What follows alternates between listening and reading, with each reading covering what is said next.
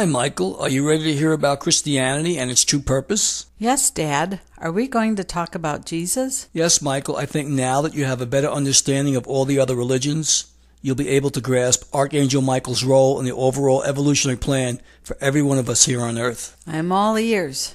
Ready when you are. Well, all right then. Let us begin.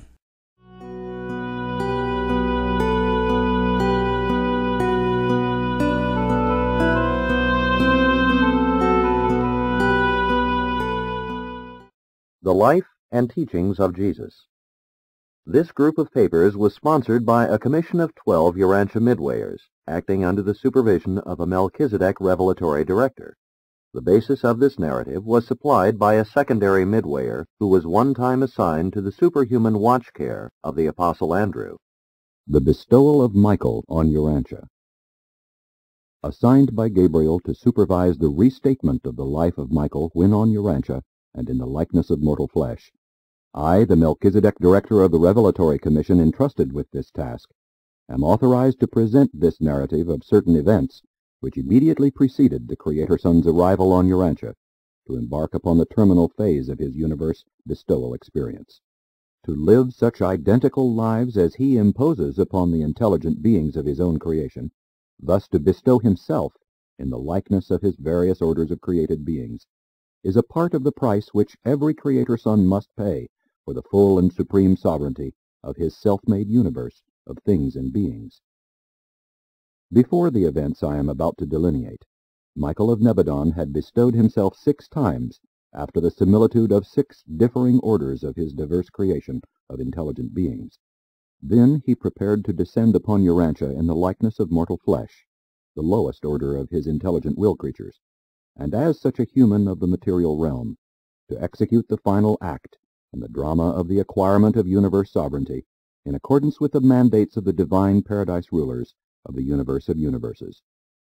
In the course of each of these preceding bestowals, Michael not only acquired the finite experience of one group of his created beings, but he also acquired an essential experience in paradise cooperation, which would, in and of itself, further contribute to constituting him the sovereign of his self-made universe.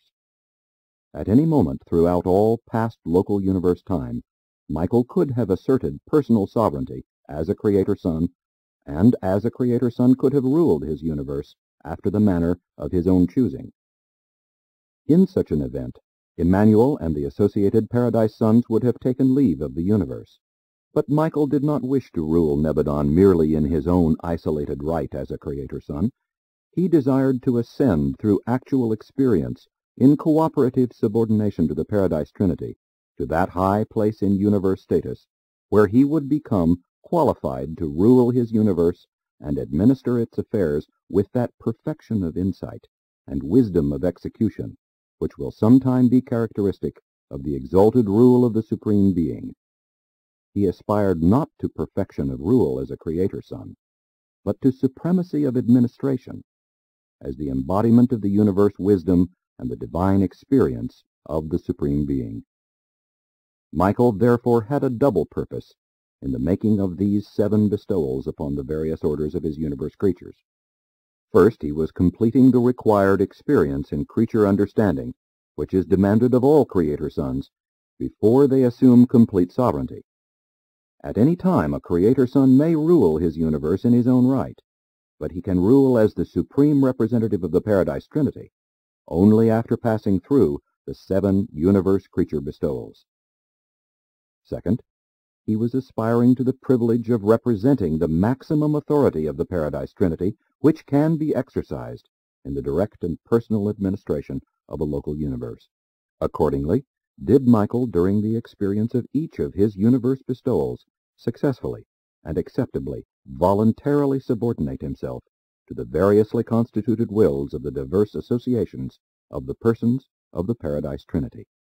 That is, on the first bestowal, he was subject to the combined will of the Father, Son, and Spirit. On the second bestowal, to the will of the Father and the Son. On the third bestowal, to the will of the Father and the Spirit. On the fourth bestowal, to the will of the Son and the Spirit. On the fifth bestowal, to the will of the Infinite Spirit.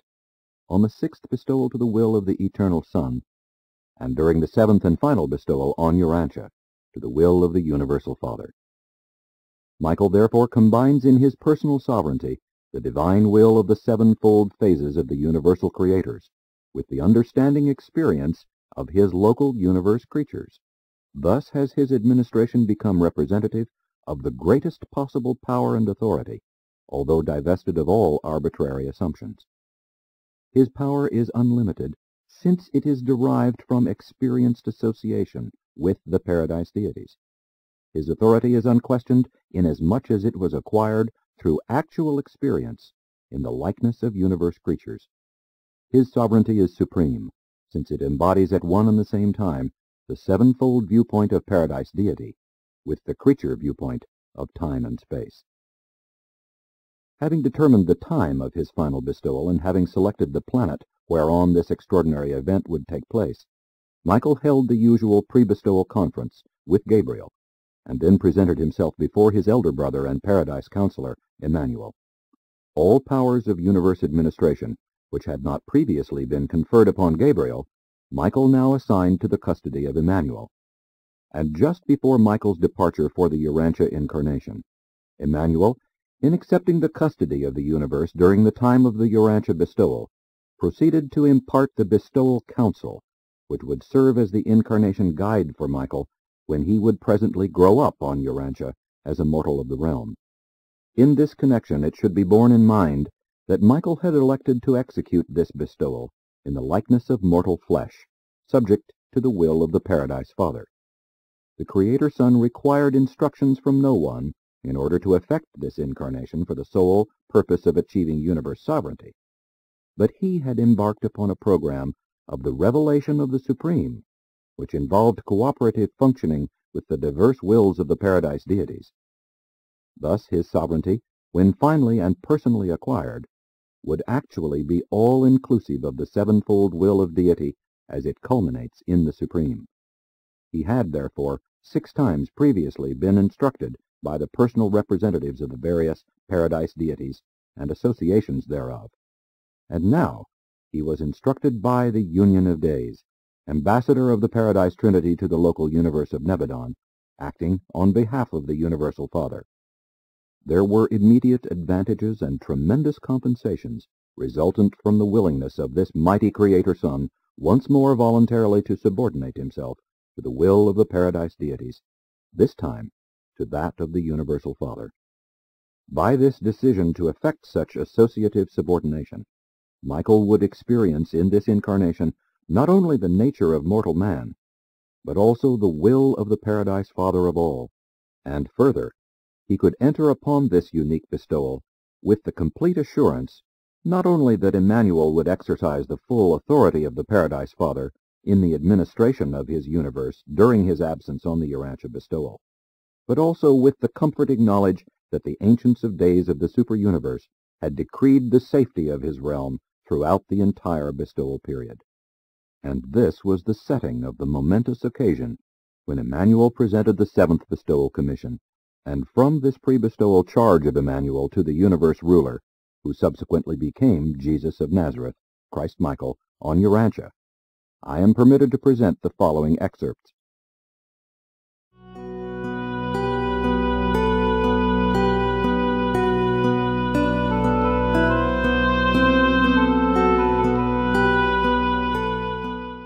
The 7th Bestowal Commission. My Creator Brother, I am about to witness your 7th and final universe bestowal. Most faithfully and perfectly have you executed the 6 previous commissions, and I entertain no thought but that you will be equally triumphant on this, your terminal sovereignty bestowal. Heretofore, you have appeared on your bestowal spheres as a fully developed being of the order of your choosing. Now you are about to appear upon Urantia, the disordered and disturbed planet of your choice, not as a fully developed mortal, but as a helpless babe. This, my comrade, will be a new and untried experience for you. You are about to pay the full price of bestowal, and to experience the complete enlightenment of the incarnation of a Creator in the likeness of a creature. Throughout each of your former bestowals you have voluntarily chosen to subject yourself to the will of the 3 paradise deities and their divine interassociations, Of the 7 phases of the will of the Supreme, you have in your previous bestowals been subject to all but the personal will of your Paradise Father. Now that you have elected to be wholly subject to your Father's will throughout your 7th bestowal, I, as the personal representative of our Father, assume the unqualified jurisdiction of your universe for the time of your incarnation. In entering upon the Urantia bestowal, you have voluntarily divested yourself of all extraplanetary support and special assistance, such as might be rendered by any creature of your own creation. As your created sons of Nebadon are wholly dependent upon you for safe conduct throughout their universe careers, so now must you become wholly and unreservedly dependent upon your Paradise Father for safe conduct throughout the unrevealed vicissitudes of your ensuing mortal career. And when you shall have finished this bestowal experience, you will know in very truth the full meaning and the rich significance of that faith trust which you so unvaryingly require all your creatures to master as a part of their intimate relationship with you as their local universe creator and father. Throughout your Urantia bestowal, you need be concerned with but one thing, the unbroken communion between you and your Paradise Father. And it will be by the perfection of such a relationship that the world of your bestowal, even all the universe of your creation, will behold a new and more understandable revelation of your Father and my Father, the universal Father of all. Your concern, therefore, has only to do with your personal life on Urantia. I will be fully and efficiently responsible for the security and unbroken administration of your universe, from the moment of your voluntary relinquishment of authority until you return to us as Universe Sovereign, confirmed by Paradise and received back from my hands, not the vicegerent authority which you now surrender to me, but instead the supreme power over and jurisdiction of your universe. And that you may know with assurance that I am empowered to do all that I am now promising, knowing full well that I am the assurance of all Paradise for the faithful performance of my word, I announce to you that there has just been communicated to me a mandate of the Ancients of Days on Uversa, which will prevent all spiritual jeopardy in Nebadon throughout the period of your voluntary bestowal. From the moment you surrender consciousness, upon the beginning of the mortal incarnation, until you return to us as supreme and unconditional sovereign of this universe of your own creation and organization, nothing of serious import can happen in all Nebadon. In this interim of your incarnation, I hold the orders of the Ancients of Days, which unqualifiedly mandate the instantaneous and automatic extinction of any being guilty of rebellion or presuming to instigate insurrection in the universe of Nebadon while you are absent on this bestowal. My brother, in view of the authority of Paradise inherent in my presence and augmented by the judicial mandate of Uversa, your universe and all its loyal creatures will be secure during your bestowal. You may proceed upon your mission with but a single thought, the enhanced revelation of our Father to the intelligent beings of your universe. As in each of your previous bestowals, I would remind you that I am recipient of your universe jurisdiction as brother trustee. I exercise all authority and wield all power in your name. I function as would our Paradise Father, and in accordance with your explicit request that I thus act in your stead. And such being the fact, all this delegated authority is yours again, to exercise at any moment you may see fit to requisition its return. Your bestowal is, throughout, wholly voluntary. As a mortal incarnate in the realm, you are without celestial endowments, but all your relinquished power may be had at any time you may choose to reinvest yourself with universe authority. If you should choose to reinstate yourself in power and authority, remember, it will be wholly for personal reasons, since I am the living and supreme pledge whose presence and promise guarantee the safe administration of your universe in accordance with your Father's will. Rebellion, such as has 3 times occurred in Nebadon, cannot occur during your absence from Salvington on this bestowal. For the period of the Urantia bestowal, the Ancients of Days have decreed that rebellion in Nebadon shall be invested with the automatic seed of its own annihilation. As long as you are absent on this final and extraordinary bestowal, I pledge with Gabriel's cooperation the faithful administration of your universe.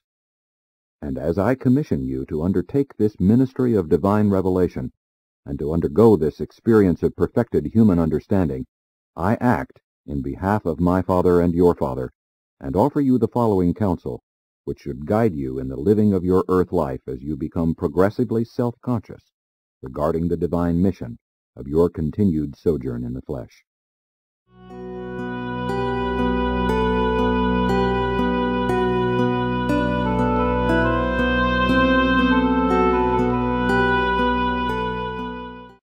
The bestowal limitations.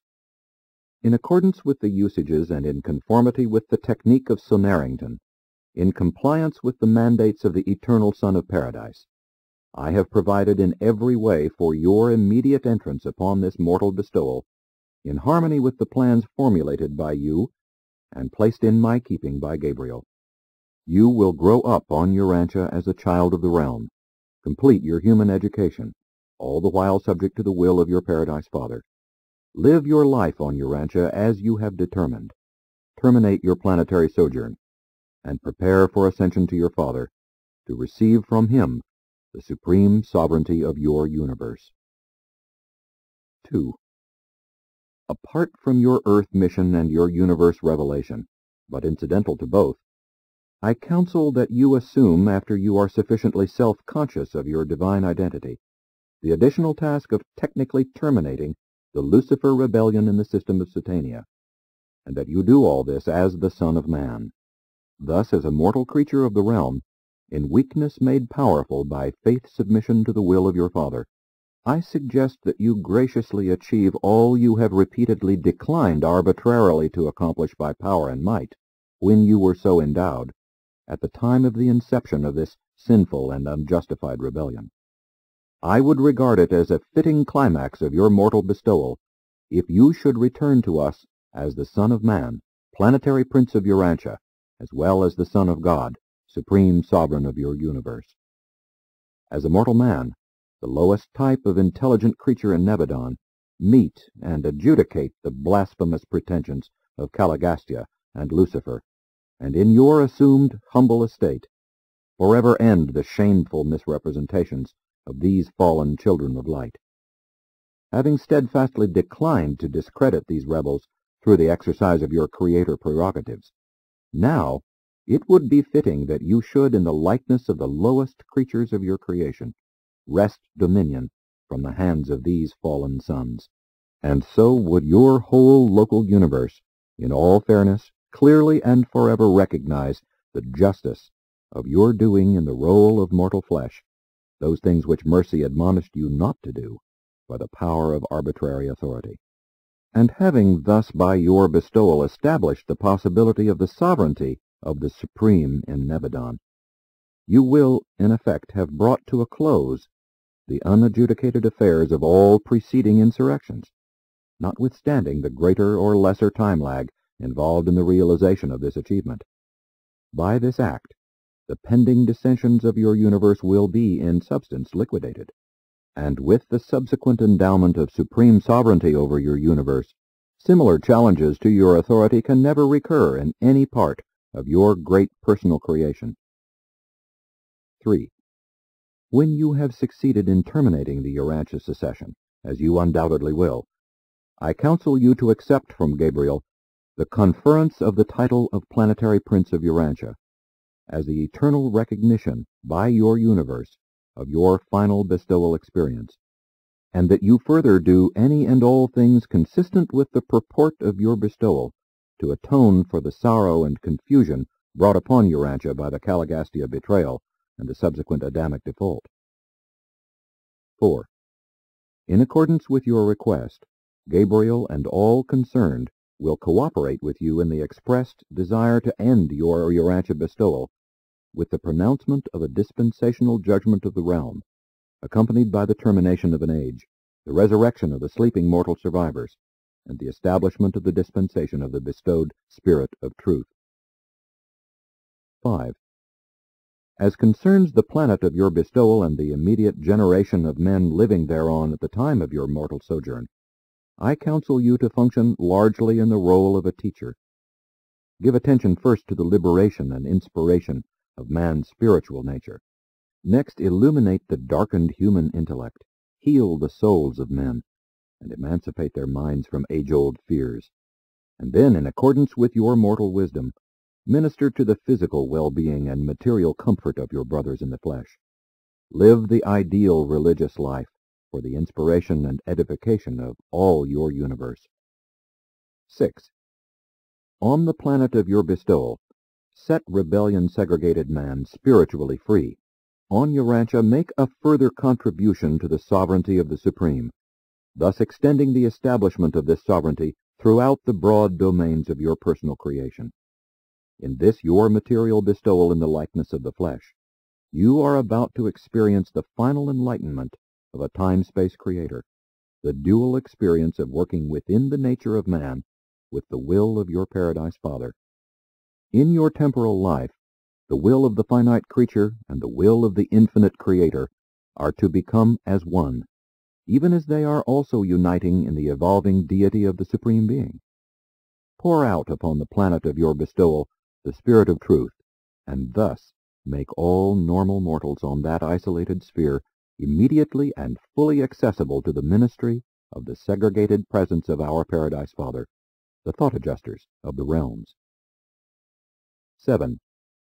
In all that you may perform on the world of your bestowal, bear constantly in mind that you are living a life for the instruction and edification of all your universe. You are bestowing this life of mortal incarnation upon Urantia, but you are to live such a life for the spiritual inspiration of every human and superhuman intelligence that has lived, now exists, or may yet live on every inhabited world which has formed, now forms, or may yet form a part of the vast galaxy of your administrative domain. Your earth life in the likeness of mortal flesh shall not be so lived as to constitute an example for the mortals of Urantia in the days of your earthly sojourn, nor for any subsequent generation of human beings on Urantia or on any other world. Rather shall your life in the flesh on Urantia be the inspiration for all lives upon all Nebadon worlds throughout all generations in the ages to come. 8.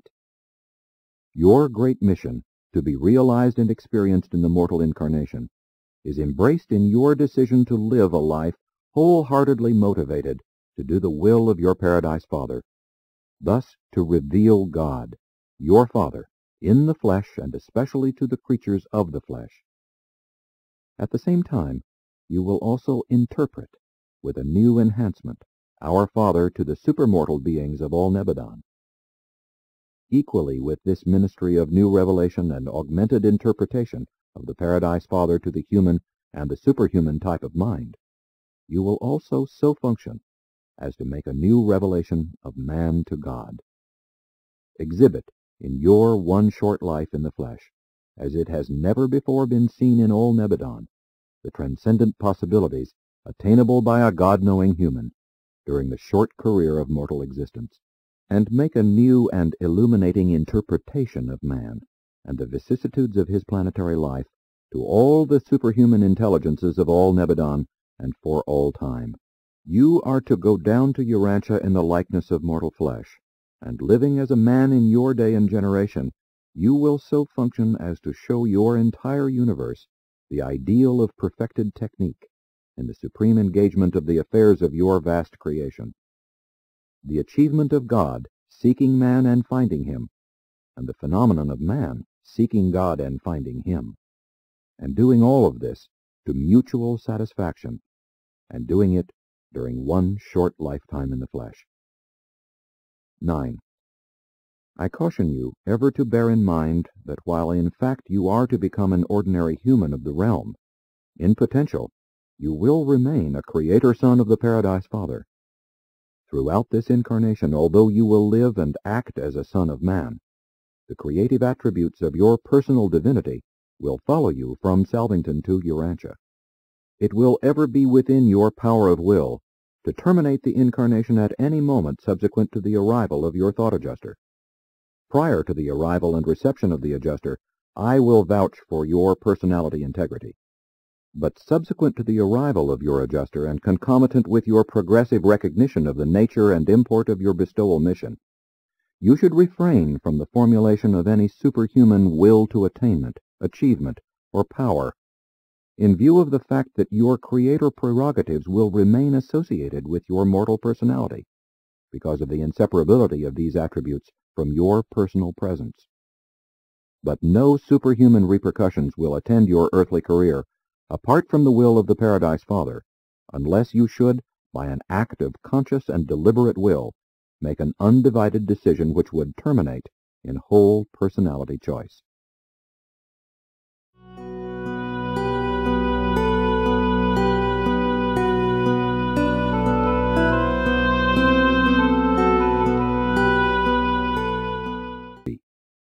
Further counsel and advice. And now, my brother, in taking leave of you as you prepare to depart for Urantia, and after counseling you regarding the general conduct of your bestowal, allow me to present certain advices that have been arrived at in consultation with Gabriel, and which concern minor phases of your mortal life. We further suggest, 1. That in the pursuit of the ideal of your mortal earth life, you also give some attention to the realization and exemplification of some things practical and immediately helpful to your fellow men. 2. As concerns family relationships, give precedence to the accepted customs of family life as you find them established in the day and generation of your bestowal. Live your family and community life in accordance with the practices of the people among whom you have elected to appear. 3. In your relations to the social order, we advise that you confine your efforts largely to spiritual regeneration and intellectual emancipation. Avoid all entanglements with the economic structure and the political commitments of your day. More especially, devote yourself to living the ideal religious life on Urantia. 4. Under no circumstances, and not even in the least detail, should you interfere with the normal and orderly progressive evolution of the Urantia races. But this prohibition must not be interpreted as limiting your efforts to leave behind you on Urantia an enduring and improved system of positive religious ethics. As a dispensational son, you are granted certain privileges pertaining to the advancement of the spiritual and religious status of the world peoples. 5. As you may see fit, you are to identify yourself with existing religious and spiritual movements as they may be found on Urantia, but in every possible manner seek to avoid the formal establishment of an organized cult, a crystallized religion, or a segregated ethical grouping of mortal beings. Your life and teachings are to become the common heritage of all religions and all peoples. 6. To the end that you may not unnecessarily contribute to the creation of subsequent stereotyped systems of Urantia religious beliefs, or other types of non-progressive religious loyalties, we advise you still further, leave no writings behind you on the planet. Refrain from all writing upon permanent materials. Enjoin your associates to make no images or other likenesses of yourself in the flesh. See that nothing potentially idolatrous is left on the planet at the time of your departure. 7.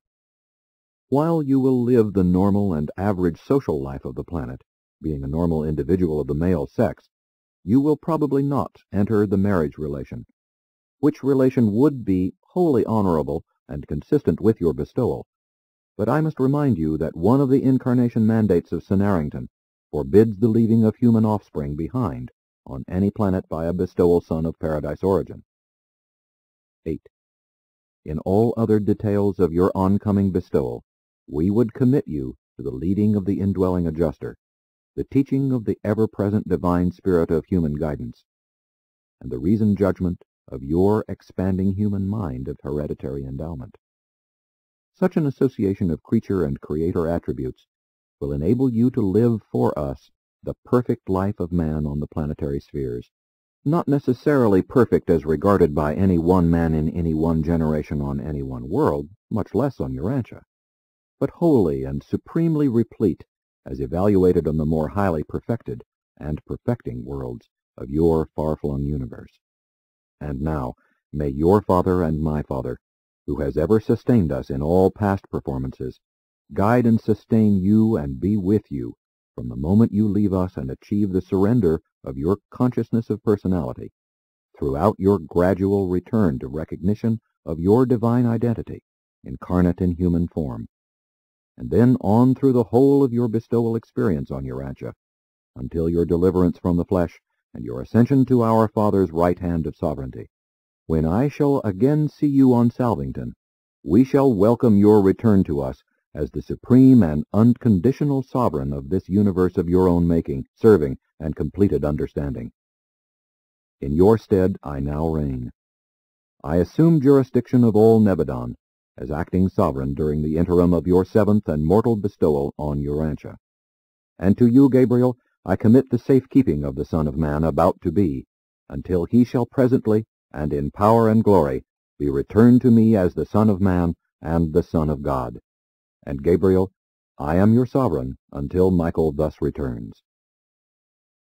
Then immediately, in the presence of all Salvington assembled, Michael removed himself from our midst, and we saw him no more in his accustomed place, until his return as the supreme and personal ruler of the universe, subsequent to the completion of his bestowal career on Urantia.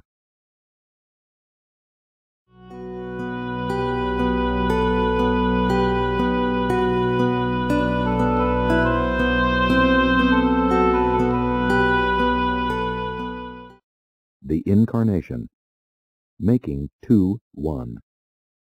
And so, certain unworthy children of Michael, who had accused their Creator Father of selfishly seeking rulership, and indulged the insinuation that the Creator Son was arbitrarily and autocratically upheld in power by virtue of the unreasoning loyalty of a deluded universe of subservient creatures, were to be silenced forever, and left confounded and disillusioned by the life of self-forgetful service which the Son of God now entered upon as the Son of Man, all the while subject to the will of the Paradise Father.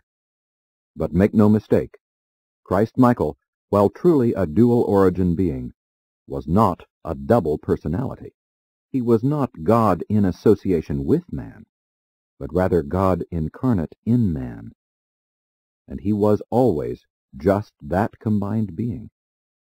The only progressive factor in such a non-understandable relationship was the progressive self-conscious realization and recognition by the human mind of this fact of being God and man.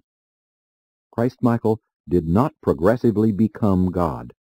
God did not at some vital moment in the earth life of Jesus become man. Jesus was God and man, always and even forevermore.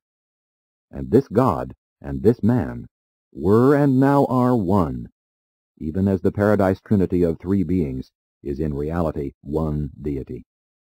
Never lose sight of the fact that the supreme spiritual purpose of the Michael bestowal was to enhance the revelation of God.